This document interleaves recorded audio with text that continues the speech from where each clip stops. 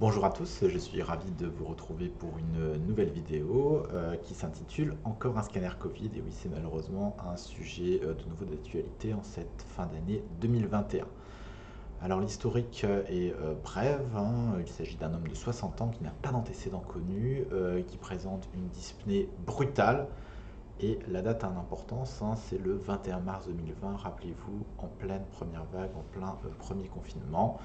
Le patient est à domicile, il appelle le SAMU qui l'emmène directement au service d'accueil des urgences. Et à l'époque, alors bon, ça c'est une photo à Londres, mais c'était pareil à Strasbourg, eh bien le patient vous le dit, hein, il y avait 8 ambulances devant lui. Donc il attend patiemment son tour. À son arrivée au SAU, hein, le protocole était de réaliser immédiatement dans l'ambulance ou immédiatement à l'arrivée un frottis et d'amener le patient tout de suite au scanner thoracique, sans attendre les résultats de la PCR sur le frottis nasal qui prenait à l'époque environ 6 à 12 heures.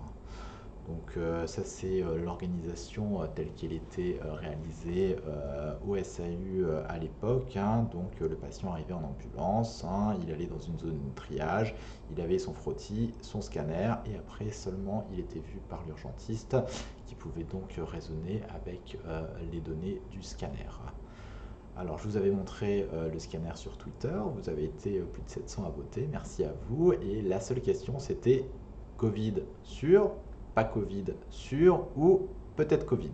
Alors, vous êtes une majorité à avoir répondu peut-être Covid, une deuxième large proportion à avoir répondu Covid certain, et seulement un petit pourcentage à vous être mouillé et avoir dit que c'est pas Covid. Alors, bon, évidemment, si on monte le scanner, c'est que ben, il y a un intérêt dessus, hein. Si c'est un scanner Covid classique, ça n'aurait pas un grand intérêt pédagogique. Donc, on va revoir le scanner ensemble, vous allez voir. Donc, voici le scanner thoracique du patient. On a ici les coupes axiales, hein. Vous voyez que le patient est sous masque à oxygène, hein, avec le scope. Et qu'est-ce qu'on voit sur le scanner? Alors, la première chose qu'on voit quand on n'a peut-être pas trop l'habitude, c'est effectivement des plages en verre dépoli qui sont bilatérales, avec, on peut se dire, quelques plages qui prédominent en sous-pleural, comme ici, hein, en déclive.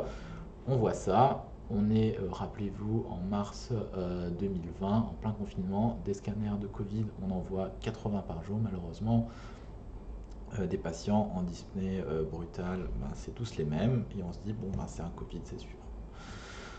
Sauf que quand on pousse un petit peu l'analyse, et bien quand on pousse un petit peu l'analyse, qu'est-ce qu'on voit? On voit des épaississements réguliers des septa interlobulaires, ici, ici et ici, qui vous dessinent les lobules secondaires. C'est des épaississements qui sont lisses, qui sont réguliers, qui ne sont pas nodulaires, qui prédominent franchement dans les lobes supérieurs des poumons. Et quand on analyse un peu plus finement le verre dépoli, donc ces zones un petit peu plus blanches au sein du poumon, eh bien on voit qu'en termes de distribution, c'est plutôt ce qu'on appelle périhilaire, donc proche de la partie centrale du poumon, plutôt qu'en périphérie, en sous-pleural. Alors vous allez me dire, oui, mais il y a un petit peu de sous-pleural ici, certes, mais ici on est dans les portions déclives. Rappelez-vous, hein, le patient est allongé sur le dos, c'est ici vraiment les portions déclives, là où le parenchyme se tasse un petit peu du fait de la gravité. Donc clairement, là, le signe principal, ce n'est pas le verre dépoli, c'est l'épaississement régulier diffus majeur des septa interlobulaires. Alors, donc finalement, c'est un petit peu la question, est-ce que tout ce qui est blanc dans le poumon, c'est le Covid? Alors c'est intéressant parce que on peut dire que pour l'IA, oui, je vais vous montrer l'analyse de ce patient par notre logiciel d'intelligence artificielle. Donc on a été équipé dans le service grâce à une grant de l'Union européenne assez rapidement d'un logiciel d'intelligence artificielle. Là. Donc vous voyez ici, hein, c'est le scanner du patient qui a été chargé dans ce logiciel d'intelligence artificielle. Ce logiciel vous dit abnormal COVID-19 suspected. Qu'est-ce qu'il fait? Eh bien, il est extrêmement performant pour reconnaître le verre dépoli. Vous voyez qu'il y a une segmentation qui est finalement assez fiable, hein. Bon, dès qu'il y a un peu de blanc par rapport à un poumon normal, pour rappel, par exemple, ça c'est du poumon normal, ça c'est du verre dépoli, c'est plus blanc, ça a une densité un peu plus importante, et bien le logiciel le reconnaît très facilement. Sauf que eh bien, ce logiciel, il est extrêmement sensible, hein, il détecte tout ce qui est verre dépoli, mais par contre, ben, dès qu'il détecte quelque chose, il vous dit c'est un Covid. Donc, ça n'a qu'un intérêt très moyen, puisque ben, à l'époque de la première vague, on avait peut-être 5 à 10% des scanners qui étaient normaux, où il n'y avait rien, à peu près 40 à 60% des scanners où il y avait effectivement un Covid, et 20 à 30% où il y avait des anomalies mais qui n'étaient pas Covid, comme chez ce patient. Donc on va retourner sur ce scanner-ci. Et bien ce scanner, qu'est-ce qu'il nous dit? Il nous dit qu'effectivement le verre dépoli en question n'est pas du tout classique ou typique d'un Covid. On n'a pas du verre dépoli qui est bilatéral, sous-pleural, avec une distribution un petit peu aléatoire. Non, on a clairement un verre dépoli qui est périhilaire, qui est plutôt central et qui s'associe à cet épaississement régulier des septes interlobulaires. Ça, c'est un signe extrêmement fort d'insuffisance cardiaque aiguë, c'est-à-dire d'œdème aigu pulmonaire, d'OAP. Ça, c'est sûr. Donc le patient est en décompensation cardiaque gauche aiguë, c'est certain. Est-ce qu'il y a un Covid surajouté? C'est extrêmement peu probable. Donc là-dessus, la conclusion était pas d'argument TDM en faveur d'un Covid, OAP.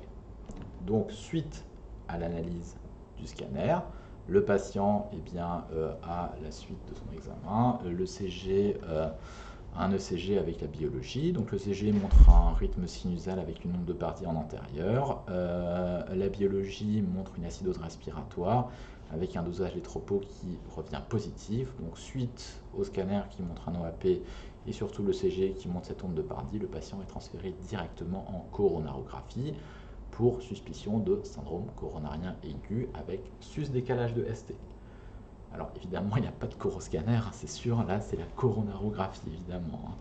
Donc je vous montre l'image de la coro. Vous voyez ici le guide qui va au niveau du tronc commun, le coronarographiste qui va injecter du produit de contraste, ce produit de contraste qui va nous opacifier ici le tronc commun, ici la circonflexe et ici l'interventriculaire antérieure. Et qu'est-ce qu'on voit? L'interventriculaire antérieure s'arrête de manière brutale, il y a une obstruction de l'IVA au niveau proximal. C'était donc effectivement un infarctus sur obstruction de l'IVA proximale. Heureusement, le patient est pris en charge et il y a une revascularisation qui est efficace de l'IVA dans les suites immédiates de la coronarographie. Alors simplement pour vous montrer rapidement la suite, le patient a une IRM cardiaque à distance, puisqu'il y avait un doute sur une potentielle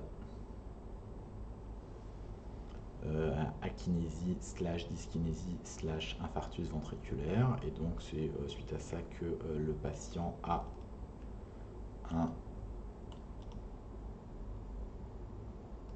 une IRM cardiaque. Et donc vous voyez sur l'IRM cardiaque, on a ici la séquence ciné qui nous permet d'apprécier la cinétique du ventricule gauche. Vous voyez ici des parois ventriculaires normales et vous avez ici une paroi ventriculaire qui est complètement amincie, qui ne se contracte plus. Vous voyez que ça bouge quasiment pas par rapport à la base qui bouge encore. Donc le patient avait une fraction d'éjection qui était altérée aux environs des 40% environ. Et quand on regarde les séquences morphologiques, on voit ici l'amincissement sur les séquences en pondération T1. Et quand on regarde les séquences de rehaussement tardif, donc après injection, eh bien vous voyez ici qu'on a un rehaussement tardif qui est quasi transmural de la zone, voilà, on va mieux le voir ici, vous voyez, avec des contours absolument bien nets, ici et là, et un rehaussement sous-endocardique quasi transmural qui correspond à la zone infarcie. Donc, ce petit cas est sympathique. Qu'est-ce qu'il nous montre? Il nous montre qu'il est parfois difficile de raisonner dans un flux constant. Quand vous recevez 30, 40, 50 patients par jour pour le même motif, vous êtes en pleine pandémie, vous avez 30, 40 patients qui ne viennent que pour des dyspnées brutales, avec tous le même tableau clinique, eh bien, la facilité, c'est de se dire, c'est toujours pareil, c'est toujours un Covid et on n'a pas besoin de chercher ailleurs. Sauf que, eh bien, les choses étant ce qu'elles sont, évidemment, il n'y a pas que des Covid, y compris au plus fort des différentes vagues, et il ne faut pas passer à côté de ces diagnostics alternatifs, puisque la prise en charge est complètement différente. Donc il faut garder la sémiologie à l'esprit, que ce soit sur la clinique, que ce soit sur la biologie, le CG, ou comme je vous l'ai montré, comme moi je m'y intéresse sur le scanner, c'est complètement différent. Et savoir que ces patterns, certes, orientent, certes, peuvent parfois faire la différence. Après, leur spécificité reste toute relative, hein. C'est sûr qu'on ne va pas pouvoir, sur l'analyse uniquement du scanner, dire ah, le verre dépoli est ici, donc c'est un OAP, le verre dépoli est là, donc c'est un Covid, le verre dépoli est ici, donc c'est une bronchiolite. Non, évidemment, mais on a quand même un faisceau d'arguments qui nous permet de nous orienter et de redresser des diagnostics. Et enfin, ce qu'on voit, c'est que l'IA, à l'heure actuelle, reste encore malheureusement un peu trop limitée, hein. C'est souvent une détection d'images et ce n'est pas encore une analyse intégrative de la signification de ces images. Donc ça aide, certes, hein, mais ça ne fait pas tout. En tout cas, pas encore, et malheureusement, parce qu'on aurait bien besoin d'aide en ce moment. Voilà, mais en tout cas, je vous remercie pour votre attention. Je vous dis à très bientôt pour une nouvelle vidéo et réveillonnez bien.